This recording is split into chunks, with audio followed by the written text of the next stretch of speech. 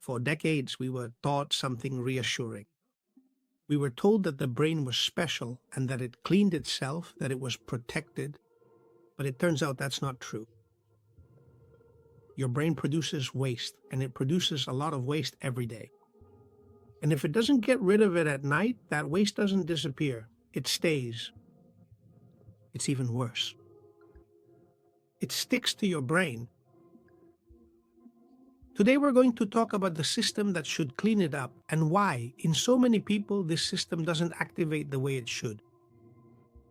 If you have ever woken up feeling completely exhausted and drained, with a heavy, sluggish mind that feels clouded as if you were totally disconnected from the world, or perhaps with that frustrating feeling that you haven't truly rested at all, even if you have slept for many long hours, then please stay with me for a moment. This is because what we are going to explore together today will help you to understand exactly why this specific phenomenon happens to you during those difficult moments when you first wake up in the morning. Alright, so after the last videos, we already have the light in our cathedral and we also have the sheriff keeping order. But now think about this. What is the point of a magnificently illuminated and meticulously organized cathedral if the entire floor is full of discarded refuse and unsightly litter, and the hallways are entirely obstructed and rendered impassable by piles of debris? We all fundamentally understand that our body possesses a complex system to eliminate everything that we don't need. We regularly go to the bathroom, we sweat through our skin, and we even breathe out waste. But have you ever stopped to wonder what happens? Have you ever wondered about your brain? The brain is the organ that consumes the most energy in your body. It's like an office that works 24 hours a day at full capacity. And of course, like any office that works a lot, it generates a lot of waste. For a long time, science thought that the brain was magically clean.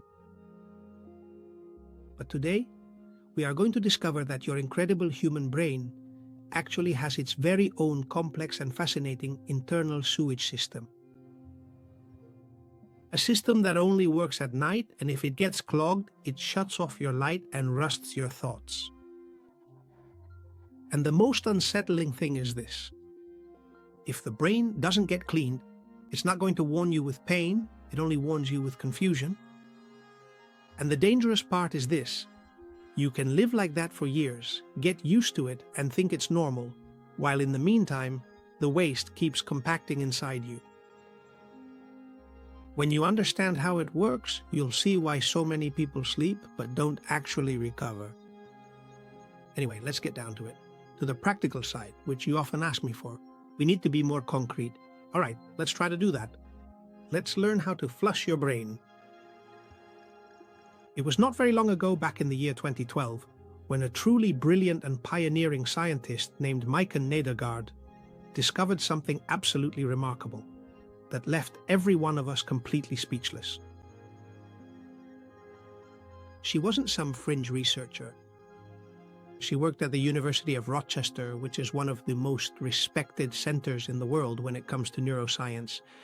And what she found wasn't just a theory, it was an entire real anatomical system that no one had seen before. And you might ask yourself, how is that possible? It's simple. It only works when we sleep, and even more so when we sleep deeply. No one had ever thought to investigate under those conditions before.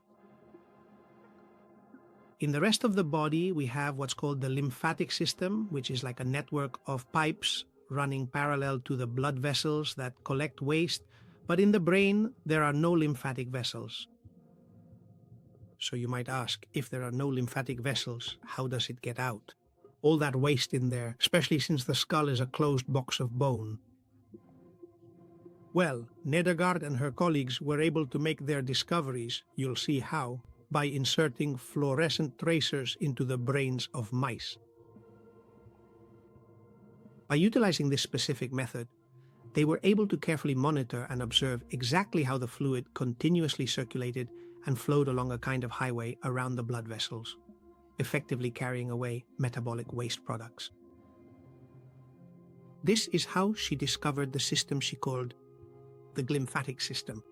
I've already talked about it several times, and they named it that in a very straightforward way. They didn't think too much about it. It was because of the glial cells, which are the caretakers of neurons, and its lymphatic function, which is basically cleaning. The brain uses cerebrospinal fluid, or CSF, which is that clear liquid you've probably seen your brain floating in, maybe in TV shows or movies. What it does is circulate under pressure through tunnels that surround the blood vessels. It's as if during the deep hours of the night, if you can truly imagine the process, it's as if the brain turned on the powerful street water hydrants and let the water flow freely to thoroughly cleanse and wash away the day's dirt. And now, here comes a very significant and pretty crucial question for us to consider. If there is cleaning water, why does it sometimes not go where it's supposed to?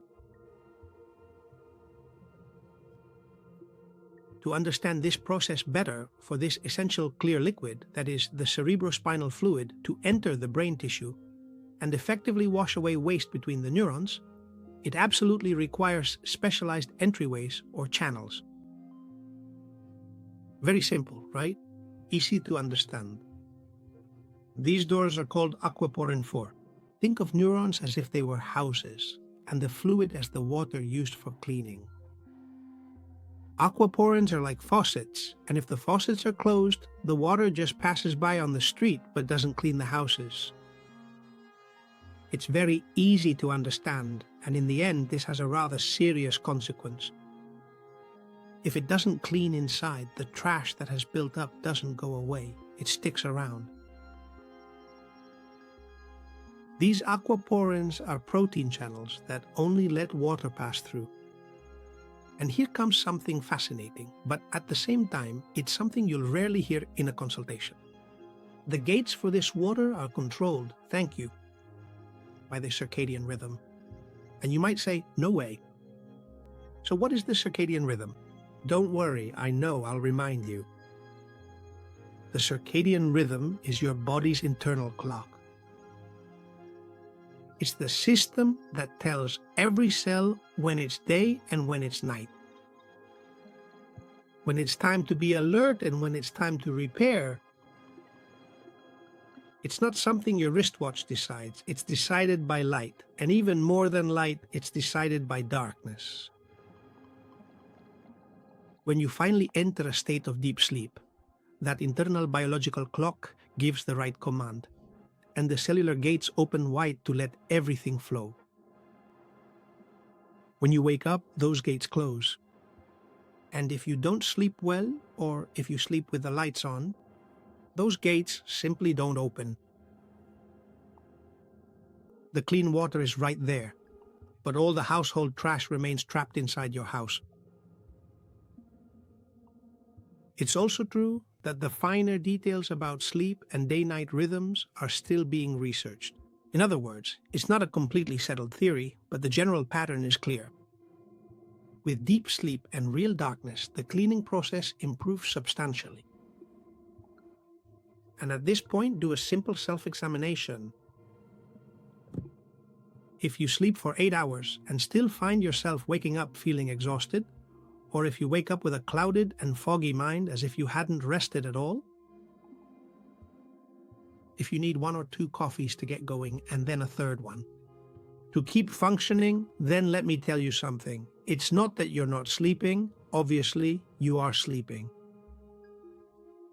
What's happening is that it's very likely your brain isn't cleaning itself enough. And here, I want to clarify something important, especially if it's been years since you last slept 8 hours straight. I'm not just talking about the amount of sleep. What I'm mainly talking about is depth. There are people who sleep 6 hours and clean better, and others who sleep 8, 9, or even 10. And there are people who spend 8 hours in bed but barely enter deep sleep. And if you haven't slept 8 hours in years, that's okay too. Don't worry too much about it. I'm not saying you're doomed. What I'm trying to say is that it's very likely you've gone years without spending enough time in deep cleaning mode, and that's what's truly important. The brain doesn't clean itself just by being asleep for a long time. The brain cleans itself when it manages to enter the correct phases. And that, even with fewer hours, can be trained and recovered. But the fact that this might be happening doesn't mean you're broken or that you're falling apart, as I already told you before. All it means is that your system isn't receiving the right signals, and that's why you're here listening to this video. The brain undergoes a vital self-cleansing process when there is complete darkness, when the body enters a state of profound calm, and when the circadian rhythm allows the time for it to perform its functions. If that environment doesn't exist, the cleaning process doesn't get activated. And even if you sleep for many hours, it still won't be activated. But there's good news. This can be fixed, and not with pills, but in a much easier and safer way. It's basically about giving your body back the biological conditions it needs so it can enter repair mode. And here comes again the part that's almost never explained. When this cleaning doesn't happen night after night, what isn't eliminated builds up. And in the brain, what builds up isn't something neutral. It's misfolded proteins, metabolic waste, and among this waste, something that is showing up more and more often when damaged brains are analyzed: metals. In particular, traces of aluminum that have accumulated over the years. And not because aluminum is the sole cause of the problem, but because it's a material that, once it settles in the brain, is very difficult to remove. Aluminum has an especially harmful effect on neural tissue. It deceptively manipulates the brain's complex electrical system and essentially adheres itself to neurons like heavy cement, severely obstructing the flow of communication and systematically dismantling the fine, delicate connectivity that your memory fundamentally needs to function. When the glymphatic system is working properly, the ability to drain all these waste products is much greater. However, when it has only been functioning partially for years, they remain, accumulate, and harden. And this, pay attention, is not some fringe theory or just my personal opinion. This is what starts to show up when you actually look at what's inside damaged brain tissue. And not just when we measure symptoms from the outside. No. And you'll see, here we come to two words that, if you've seen my previous videos, you've already heard me mention: amyloid and tau. Well then, when we talk about beta amyloid and tau protein, we're not talking about isolated villains that settle in the brain. We're talking about a dirty brain environment, congested and with poor drainage. Proteins, metals, and waste trapped in a brain that has gone too long without being able to clean itself. If you get lost with the names, just remember this, because this is what's truly important. They're sticky residues that the brain needs to get rid of. And they're not the origin of the problem. They're the consequence of years without cleaning. Think about it. We shouldn't focus on the effects, but on the causes.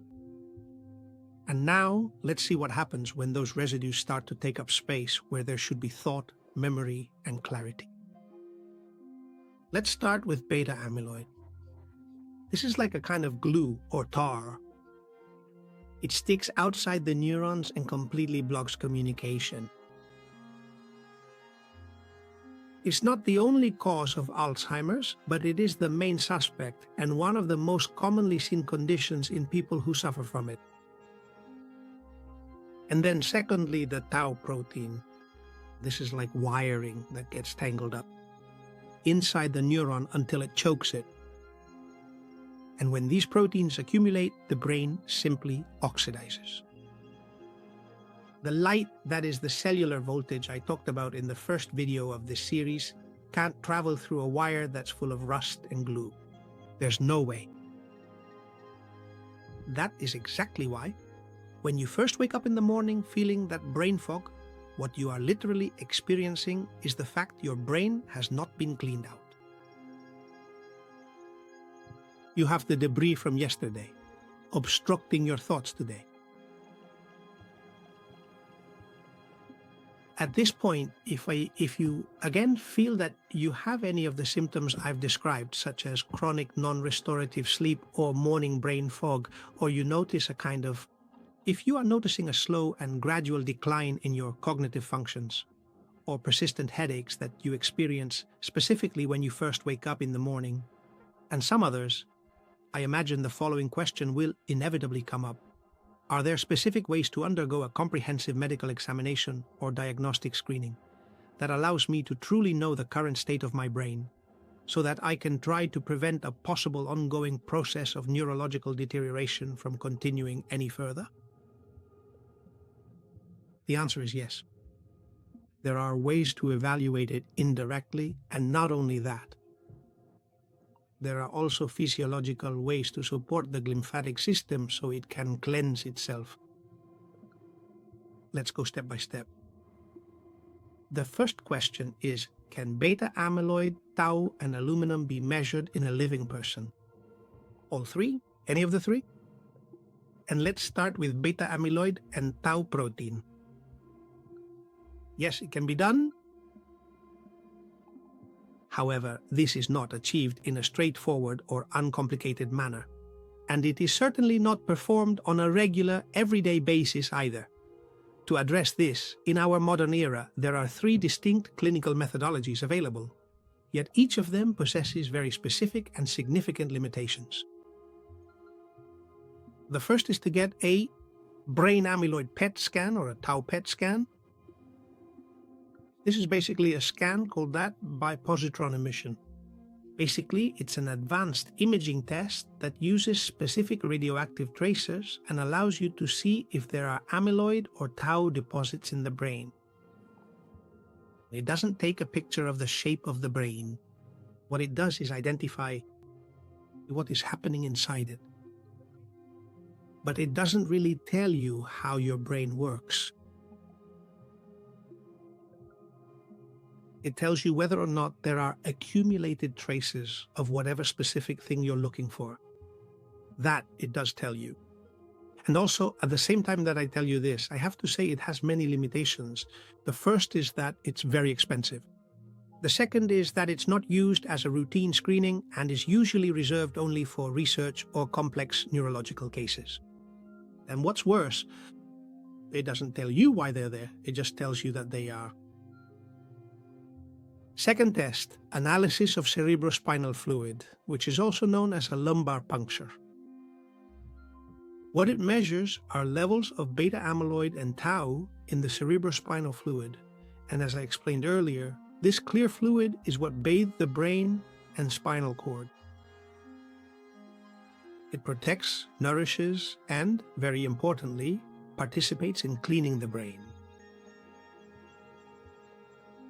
By analyzing the fluid, it gives us more direct biochemical information because it basically tells us what waste products are dissolved in it.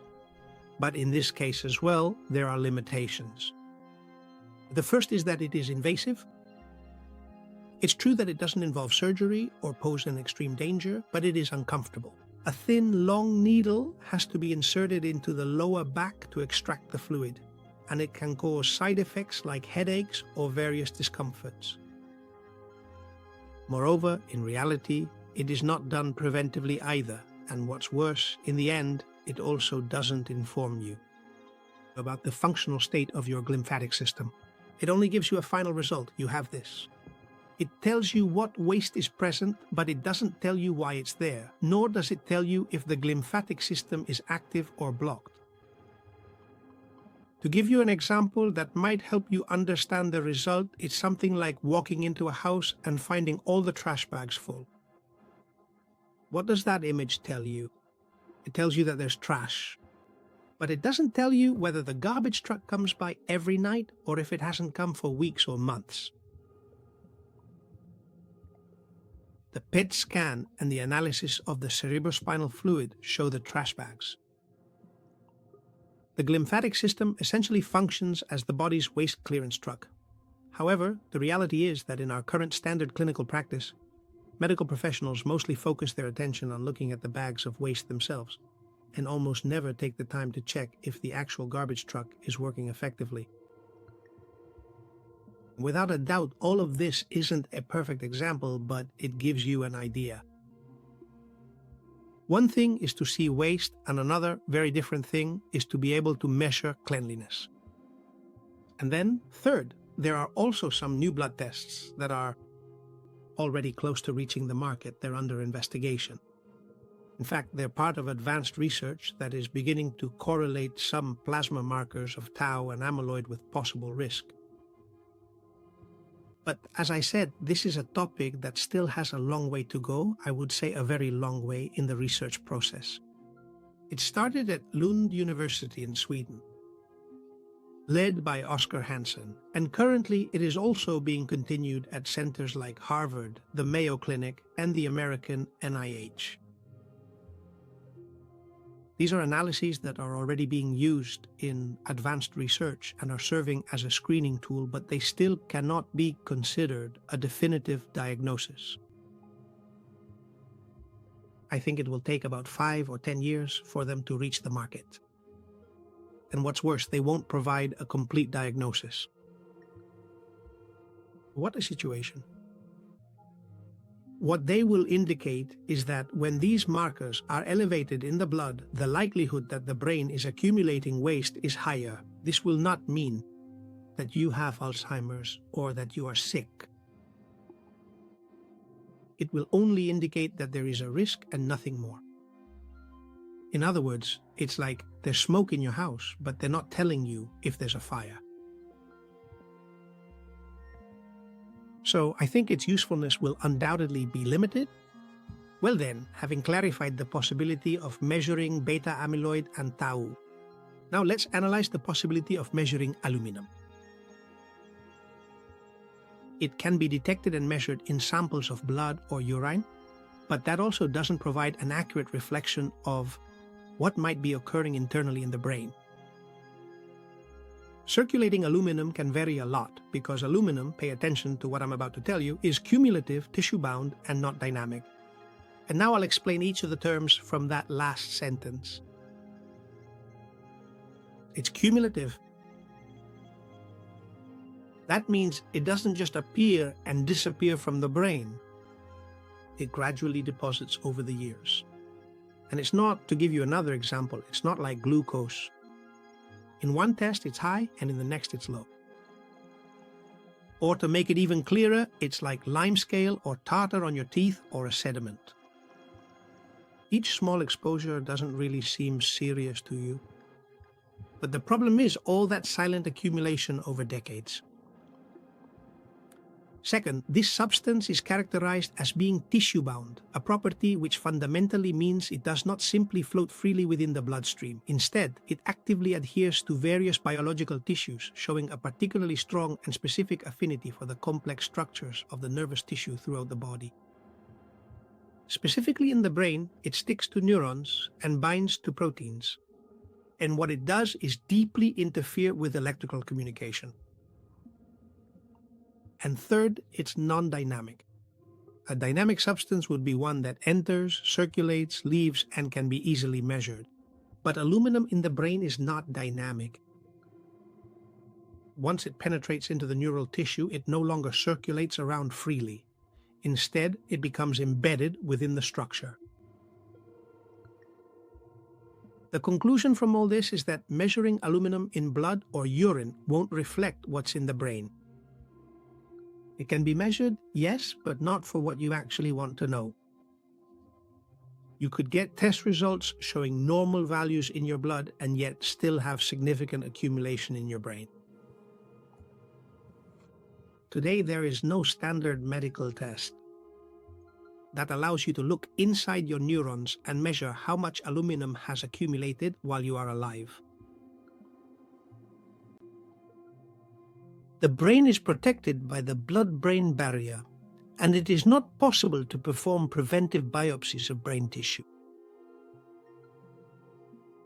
In short, and as you can deduce from everything I've told you, today medicine can detect remnants, it can see deposits, but it still doesn't know how to properly measure the system that should be cleaning them out.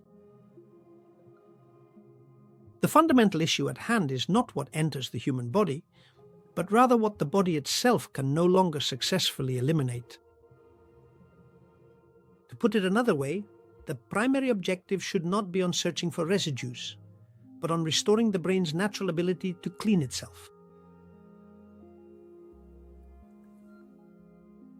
If all of the information I have just reviewed with you appears to be somewhat complicated or overwhelming, let us take a brief moment to pause for a second.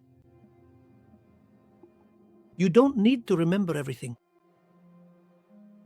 You don't need to remember every technical word I've mentioned in this video. Just keep one idea, just one. Your brain doesn't clean itself just because you tell it to.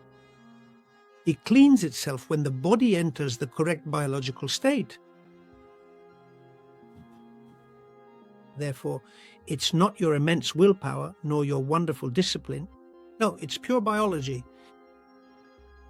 And with that clarified, next I'm going to go over with you when and how that state actually gets activated. Up until now, I've talked to you about waste, about residues, metals, and proteins, but no cleaning system works, first of all, if it doesn't have space to operate. So this is the first thing we need to clarify. And here comes another key point that I want to explain clearly, because otherwise it's very likely I'll be misunderstood. You see, the brain creates that space during a certain stage of sleep. It's called deep sleep. Is a vital restorative state that many busy adults in our modern society today actually find themselves reaching for much less time than their complex brain truly needs to function at its best. And this is where I said I don't want to be misunderstood. If you don't reach it, or if we don't reach it easily, it's not because our brain is broken, or because it's old, or because it's already too late. And of course it's not because it's something irreversible, right? It's not irreversible. We simply don't reach it because we live in an environment that makes it very difficult for us to get there. The modern adult brain doesn't sleep poorly due to a lack of willpower. It rests in a remarkably shallow and superficial manner because it is perpetually stimulated, brightly illuminated, constantly activated, and above all, because absolutely no one has ever taught it the essential skills of how to biologically disconnect entirely. You need to learn and practice how to give your body clear physical signals that there is no danger here anymore, so that when your body senses those signals, it can lower its alert systems and activate its repair systems. I've been telling you this in many videos. It works in a very simple way, and when this happens, the body gives the signal to release, contract, and cleanse. The good news, and this is very important, is that this state is not lost with age, no matter how old you are. It doesn't disappear, it simply stops being activated, and everything that stops being activated can simply be reactivated if the correct biological conditions are restored. It's actually very simple. The body doesn't disconnect when you decide for it to disconnect. It disconnects when it feels safe, and that safety isn't emotional, like being in a protected house where no one will attack you. It's a biological safety. It's deep sleep, and this isn't something you can force. It's something you simply have to allow your body to reach, and allowing it basically means giving your body back the conditions it needs to repair itself. Over the course of the next few minutes, I am going to provide you with a comprehensive protocol that will assist your body in feeling completely safe and relaxed when it is time to go to sleep. But now that you truly understand just how incredibly important the specific way we sleep actually is, and how vital it is for our bodies to be able to reach that restorative state of deep sleep, let us move on to a part of this discussion that is truly and absolutely amazing. The human brain physically creates additional space within its own structure to allow itself to be cleaned. We have an amazing body. What comes next is a part that honestly seems like science fiction. The brain, as I was saying, needs space so that the cerebrospinal fluid can pass through and thoroughly clean all the nooks and crannies. And basically, the brain then creates it. When you finally enter the very deepest phase of your nightly sleep, you enter what is scientifically referred to as the slow wave phase. These are known as delta waves. These specific delta waves represent the absolute slowest and deepest type of electrical rhythmic activity occurring within the human brain. When the brain enters delta waves, it stops processing external information, reduces vigilance to a minimum, and almost completely shuts off alert mode, then switches into repair mode. And pay attention, because when this happens, something incredible occurs. The human brain undergoes a physical process of shrinking. Neuronal cells begin to significantly contract and actually become approximately 60% smaller than their original size, thereby creating much more physical space between them.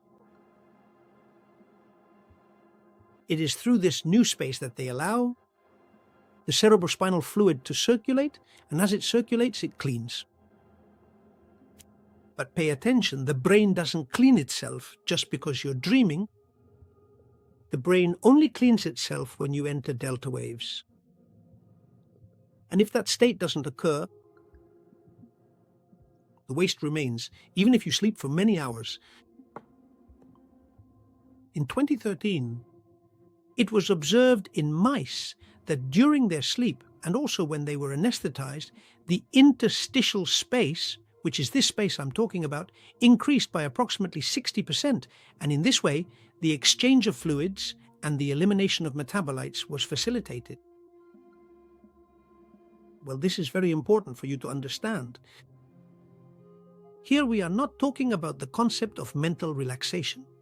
Instead, we are talking about an essential system of biological maintenance and repair that automatically activates and functions under certain circumstances. It's as if, in a room full of people, everyone suddenly became very thin and pressed themselves against the walls almost instantly. What happens is that a lot of space in the hallway is freed up because everyone is squeezed against the wall. And that way, the hose can come through and clean the floor. Well, this is the same thing. But if the brain doesn't shrink, the water can't flow. And the brain only shrinks if you enter that deep restorative sleep. If your sleep is light or interrupted, the brain never gets smaller.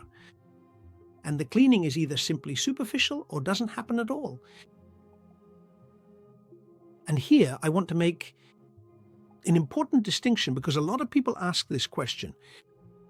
As you know, nowadays more and more people are taking sleeping pills.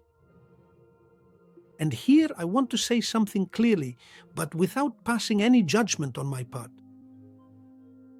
Sleeping is not the same as entering deep restorative sleep. This is the first and most basic thing. Most sleeping medications, benzodiazepines, Z-drugs, etc., any of them, whichever one you think of, what they help you do is to turn off. They shut down your consciousness, reduce your anxiety, and make it easier for you to fall asleep. But at the same time, they also fundamentally alter the architecture of sleep and significantly reduce the duration and the depth of delta waves. Ultimately, what they are doing is disrupting and fragmenting the natural human sleep cycle. Medications are not able to reproduce natural biological sleep, much less the delta wave phase.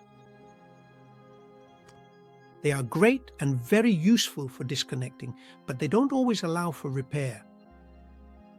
You see, sleeping, as I was saying, is not the same as cleaning. It's like turning off the lights in your house without letting the cleaning crew in.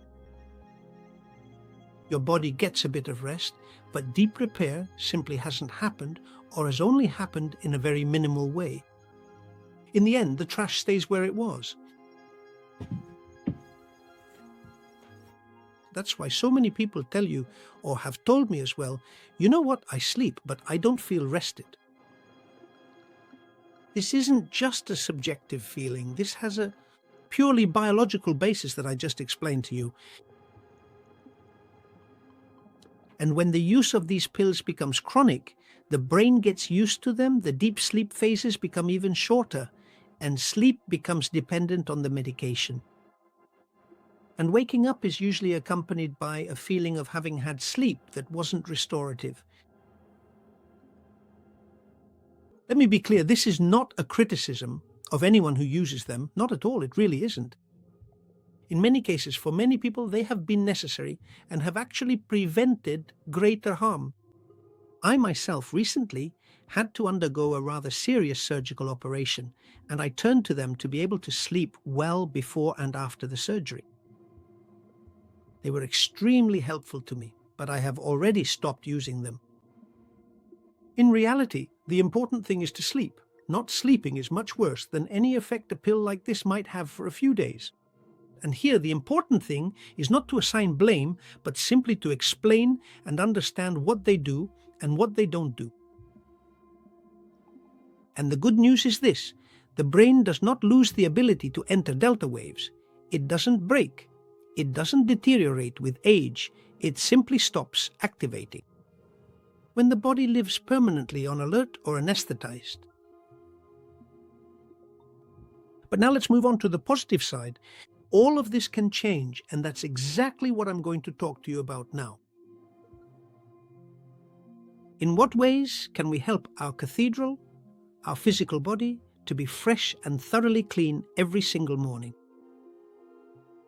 Well, here you have a series of practical tools, very simple and easy ones that you can put into practice yourself. First, your sleeping position. Science has found that the glymphatic system works better when we sleep on our side, especially on the left side. It's interesting, isn't it? But it's a matter of gravity and how the fluid flows toward the heart. Simple, right? Second, have dinner early. When your body is actively busy digesting a meal, the majority of your blood flow naturally goes directly to your stomach area and not to your cognitive brain functions. And for the human brain to effectively cleanse itself, it truly needs the entire internal system to be completely calm and relaxed. Try to leave at least 3 hours between dinner and the time you go to bed. Third, rhythm and repetition. Your body loves predictability. The body relaxes much more than you think when it simply knows what's coming. That is, it's important to have simple routines if possible. The same time, the same gestures, the same order. All these little signals reduce the need for vigilance on the part of the body, and when the body stops asking itself what's going on and knows what's happening because it happens regularly, what it does is simply start to let go of control. In other words, it's preparing for deep sleep. Fourth, slow and deep breathing via the vagus nerve. I explained this to you. Breathing is a completely direct manual switch. When you breathe quickly, what you're doing is creating an alarm signal in the body. But when you breathe slowly, you transmit a sense of safety. When you breathe slowly through your nose and deeply, what you're doing is telling your brain that there's no danger here, and this activates your vagus nerve, the parasympathetic system, and ultimately leads to deep sleep. And this, pay attention, is basic neurophysiology. This is not mindfulness. Fifth is cold temperatures. The brain cleans itself much more effectively when your body temperature drops slightly. That is why taking cold showers or hot showers finished with cold water and wearing light clothing are so important for your health. Maintaining a cool environment in your bedroom significantly helps to promote the restorative deep delta wave sleep. As I mentioned before, all of these are physiological signals, not tricks. Sixth, total darkness. Melatonin is the signal that tells the aquaporins to open their doors. Any blue light from screens turns off melatonin and stops the cleaning process. In other words, if there is light, melatonin doesn't increase. And if melatonin doesn't increase, the aquaporins don't open. And if they don't open, there is no cleaning. Seventh, also essential magnesium and beneficial taurine. They help relax the nervous system and make it easier to enter the deep restorative phase where the brain shrinks. As I was saying, the body doesn't disconnect when you decide it should, but rather when it itself feels safe. So learn to give your body biological security. The truth is that you can achieve it, and it's also true that you can regain your ability to enter delta waves if, at any point, you feel like you may have lost it. What is my invitation? Very simple. Try one of these tools for 3 nights, or try several, and then let me know if your head feels the same in the morning, but do it for at least 3 or 4 days. And to finish, a simple conclusion. Even though it requires a certain amount of effort, cleaning the hallways of your cathedral isn't just to prevent diseases in the future. It's to achieve clarity today. Remember, a dirty brain is a reactive, fearful brain that can't think freely. Restoring your lymphatic system is regaining your ability to make decisions. For yourself, it's being able to see the light through your cathedral's stained glass windows again, without dust and rust getting in the way. Well then, as you know, the reconstruction of the cathedral is moving forward. We already have voltage, we already have the sheriff, and now we have clean floors. By the way, I have a request for you here. If you feel that this message could help someone living with fatigue or brain fog, you would be doing me a huge favor by sharing the video. It's the best way for more people to clear their own path toward their own dignity. A small grain of sand. In the next video, we'll talk about biological recess, why the pause, and absolute rest are what ultimately set the stones of our cathedral in place, of setting the stones of our cathedral. As I always tell you, keep moving forward, always forward. And I'll read your comments